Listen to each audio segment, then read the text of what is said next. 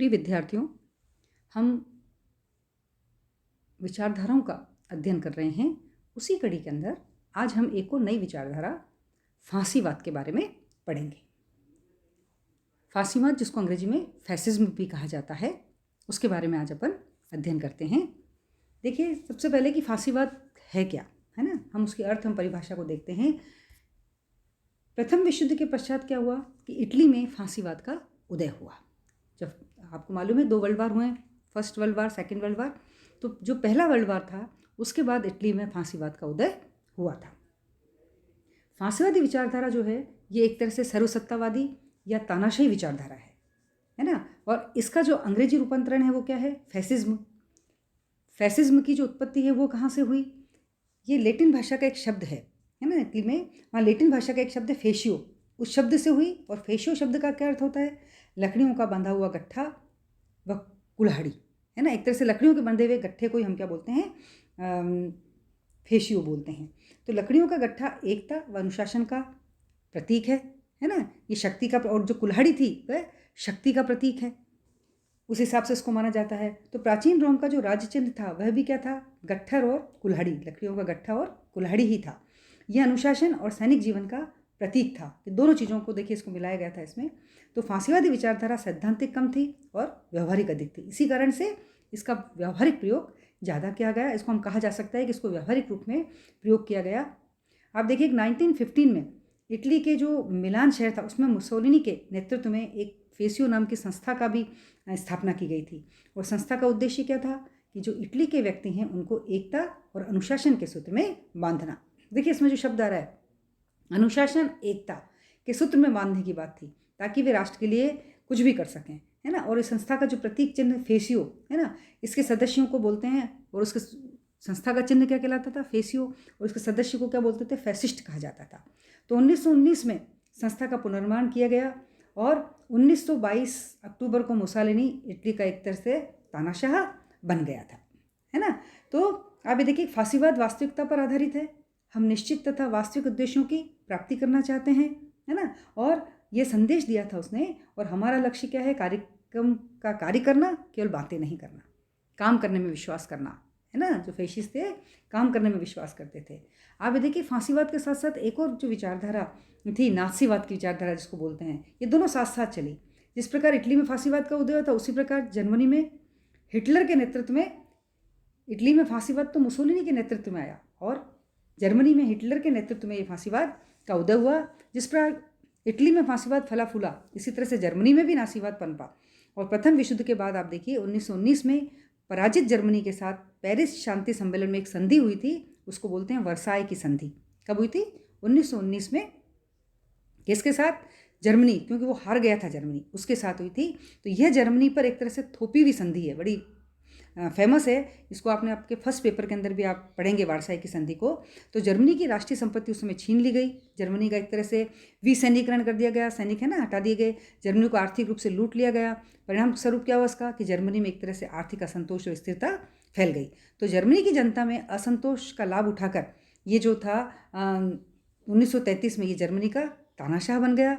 और इटली के परिवर्तित फांसीवाद को ही हिटलर का फांसीवाद या नासीवाद कहा जाता है। तो हिटलर के फांसीवाद या नासीवाद, कुछ भी इसको विचार दें हम, हिटलर की आत्मकथा मैं मेरा संघर्ष, जिसको मैन कॉम्ब बोलते हैं, इसके अंदर मिलते हैं। फांसीवाद या नासीवाद की जो विचारधारा है वो हिटलर की कौन सी किताब है, मैं कॉम्ब मेरा संघर्ष, उसके अंदर इसमें हमको देखने को मिलता है।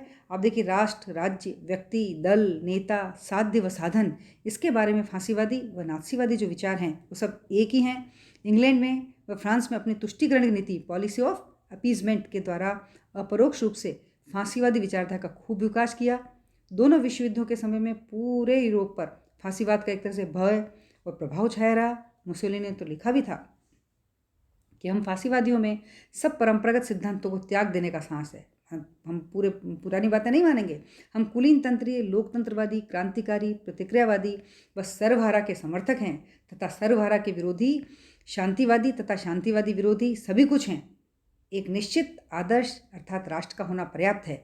शेष जो है वो तो अपने आप ही स्पष्ट हो जाएगा। तो इटली की विभाजित भौतिक व नैतिक शक्तियों को संगठित करने के लिए किसका प्रतिपादन हुआ, फांसीवाद का प्रतिपादन हुआ, है ना, उसकी भौतिक और नैतिक शक्ति सबको मिलाने के लिए सब एक हो जाए। इसकी परिभाषाएं देखते हैं हम कि भाई फांसीवाद को हम किस तरह से समझा सकते हैं। तो सी डी बर्न्स है, उन्होंने कहा है कि इटली का फासिस्टवाद एक राजनीतिक तथा सामाजिक आंदोलन था। कैसा?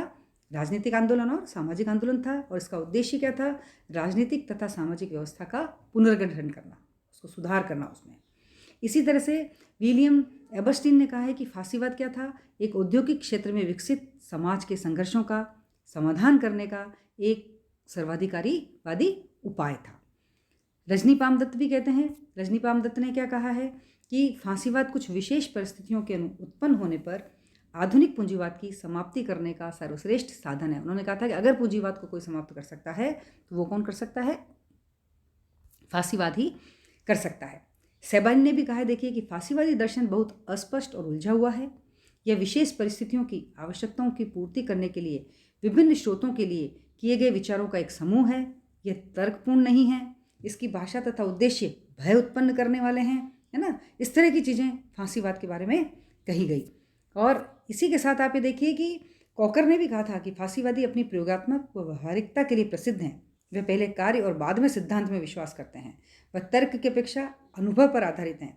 फांसीवादी सिद्धांतों का ज्ञान हमें परस्पर संधियों से चलता है कि उन व्यक्तियों के कार्य से चलता है जो फांसीवादी उद्देश्यों की प्राप्ति के कार्यों में संलग्न थे, है ना। इसमें मुसोलिनी कहते भी हैं, उनके अनुसार देखिए फांसीवाद का क्या था कि फांसीवाद वास्तविकता पर आधारित है।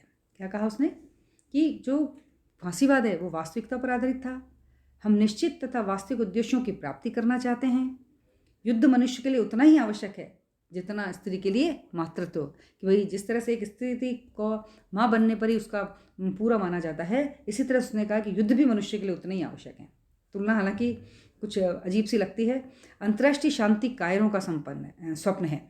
इटली का या तो प्रसार होना चाहिए या उसे मर जाना चाहिए। तो राज्य के बाहर व राज्य के अतिरिक्त कुछ भी नहीं है ना। फांसीवाद का उदय युद्ध से हुआ है और युद्ध से ही इसका विकास संभव है। तो साम्राज्यवाद मानव जीवन का अनंत व अपरिवर्तनशील सिद्धांत है।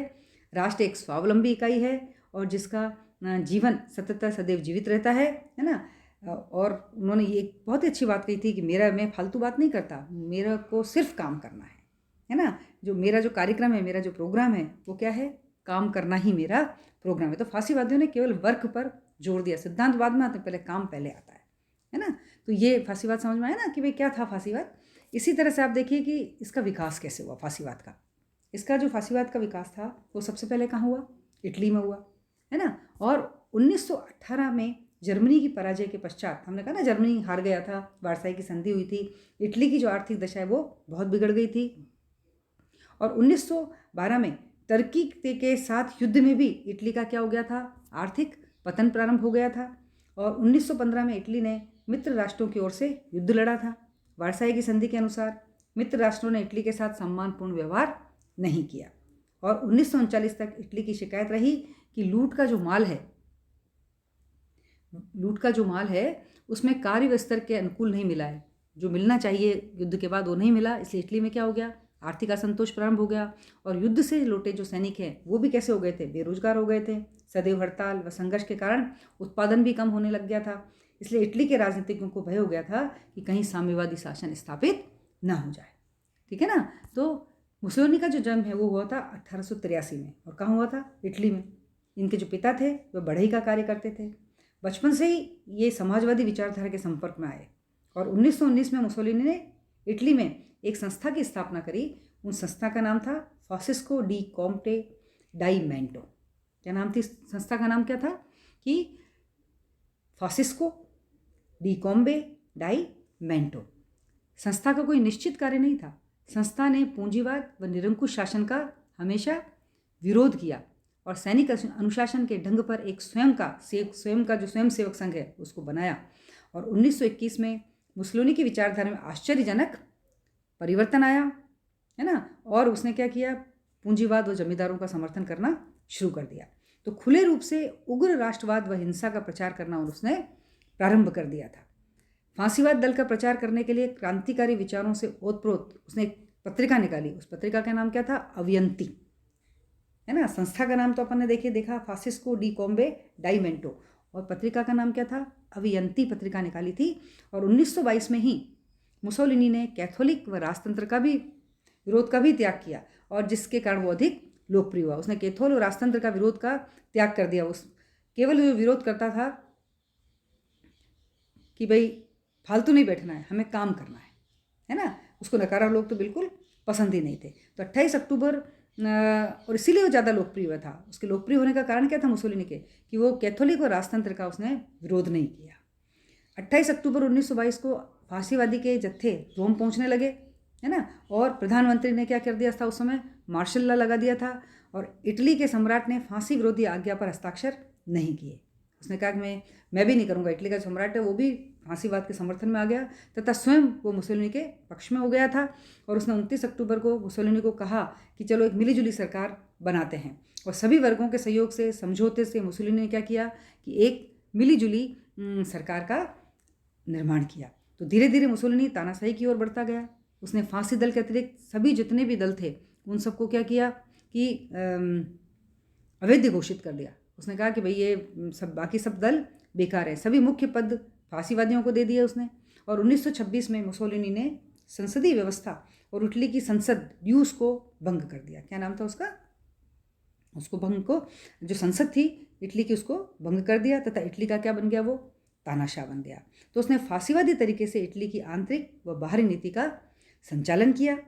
मुसोलिनी ने फांसीवाद को व्यवहारिक व अनुभवात्मक दर्शन की संज्ञा दी थी। उसने कहा ये व्यवहारिक है, ये अनुभवात्मक है ना, ये अनुभव के आधार पर है। और 1943 में इटली की पराजय व फांसी दल की समाप्ति तक वह क्या रहा, इटली का तानाशाह बनकर रहा। 1945 में जर्मनी व इटली में फांसीवाद का अंत हो गया। और विशेष तथ्य यह है कि रोम की देवी, मानते ना, गॉडेसेस ऑफ रोम के स्मारक का निर्माण 1870 में हुआ था। स्मारक निर्माण का क्या उद्देश्य था, इटली की एकता व एकीकरण को मूर्त रूप देना, इटली में एकता स्थापित करना। रोम की देवी के प्रति मुसोलिनी की बहुत श्रद्धा थी। तो 1926 में जब वह इटली का तानाशाह या प्रधानमंत्री बना तब उसने अपना प्रथम भाषण उसके चरणों में ही दिया। संपूर्ण इटली व फांसीवादियों के लिए एक मूर्ति विशेष प्रेरणा की स्रोत थी कि भाई हमको मिलजुल कर रहना है, ठीक है ना। आगे हम पढ़ेंगे इसके सिद्धांत क्या हैं।